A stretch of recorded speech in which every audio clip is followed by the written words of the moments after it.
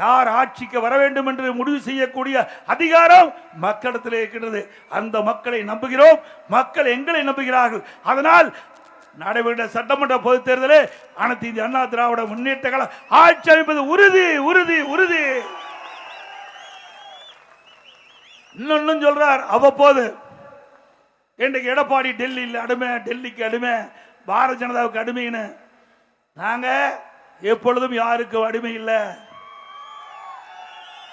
என்றைக்கும் அனைத்து இந்திய அண்ணா திராவிட முன்னேற்ற கழகம் உழைக்கின்ற உழைப்புக்கு நம்பி இருக்கின்ற கட்சி.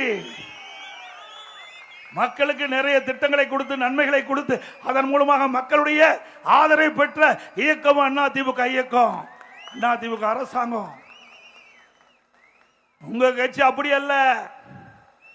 இன்றைக்கு தேர்தல், சட்டமன்ற தேர்தல் நடைபெறுகின்ற ஒரு காலகட்டத்தில் திமுக காங்கிரஸ் கூட்டணி வச்சது. அந்த காலகட்டத்தில் அறிவாலயத்தில் முதல் மாடியில் ரெய்டு, தரைதளத்தில் கூட்டணி பேச்சுவார்த்தை. மிரட்டி கையெழுப்பு வாங்க மாட்டாங்க. காங்கிரஸ் கட்சி சேர்ந்த மிரட்டி திராவிட முன்னேற்ற கழகத்தை அடிமைப்படுத்தி தேர்தலில் கூட்டணி வைத்தீங்க. நீங்க தாங்க காங்கிரசுக்கு அடிமை. திராவிட முன்னேற்ற கழகம் தான் காங்கிரசுக்கு அடிமை. எங்களை பொறுத்த வரைக்கும் எங்களுடைய கூட்டணி அங்கம் வைக்கின்ற கட்சிகள் எல்லாம் ஒரே நோக்கம், ஒரே கருத்து, மக்கள் விரோத ஆட்சி, திமுக ஆட்சி அகற்றப்பட வேண்டும். அப்படி ஒத்த கருத்துடைய கட்சிகள் எல்லாம் இன்னைக்கு ஒன்றாக இணைந்திருக்கின்றது. அண்ணா திமுக, பாரதிய ஜனதா, தேசிய ஜனநாயக கூட்டணி என்ற அமைப்பை ஏற்படுத்தி அந்த கூட்டணிக்கு அண்ணா திமுக தலைமை தாங்கிட்டது. அண்ணா திமுக ஆட்சி அமைக்கும். எங்களுடைய கூட்டணி வேட்பாளர் இபிஎஸ் என்று உள்துறை அமைச்சரே சொல்லிட்டு போயிட்டார். எங்க கூட்டணி திறந்த மனதோடு இன்றைக்கு தேர்தல் பிரச்சாரத்தை ஆரம்பித்து விட்டோம். மதுராங்கத்தில் முதலாக பாரத பிரதமர் நரேந்திர மோடி அவர்கள் அந்த பிரச்சாரத்தில் ஈடுபட்டார். அப்பொழுது எங்களுடைய கூட்டணி கட்சி சேர்ந்த தலைவர்கள் எல்லாம் மேடையிலே தோன்றி தங்களுடைய கருத்துக்களை பகிரங்கமாக தெரிவித்தார்கள்.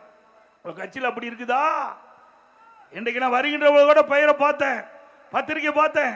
காங்கிரஸ் திமுக கருத்து வேறுபாடு.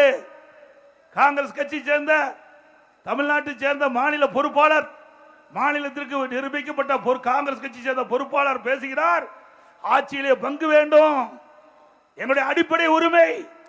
கேள்வி கேட்க ஆரம்பிச்சுட்டாங்க. இந்த 10 நாட்களாக பத்திரிகையில் வருகின்ற செய்தி இதுதான்.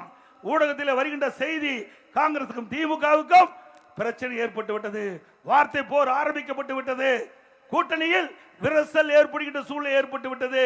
ஆக வருகின்ற சட்டமன்ற பொதுத் தேர்தலில் காங்கிரஸ் திமுக கூட்டணி இருக்குமா இல்லையா என்ற கேள்வி மக்களிடத்தில் எழுப்பிவிட்டது. உண்மைதானே?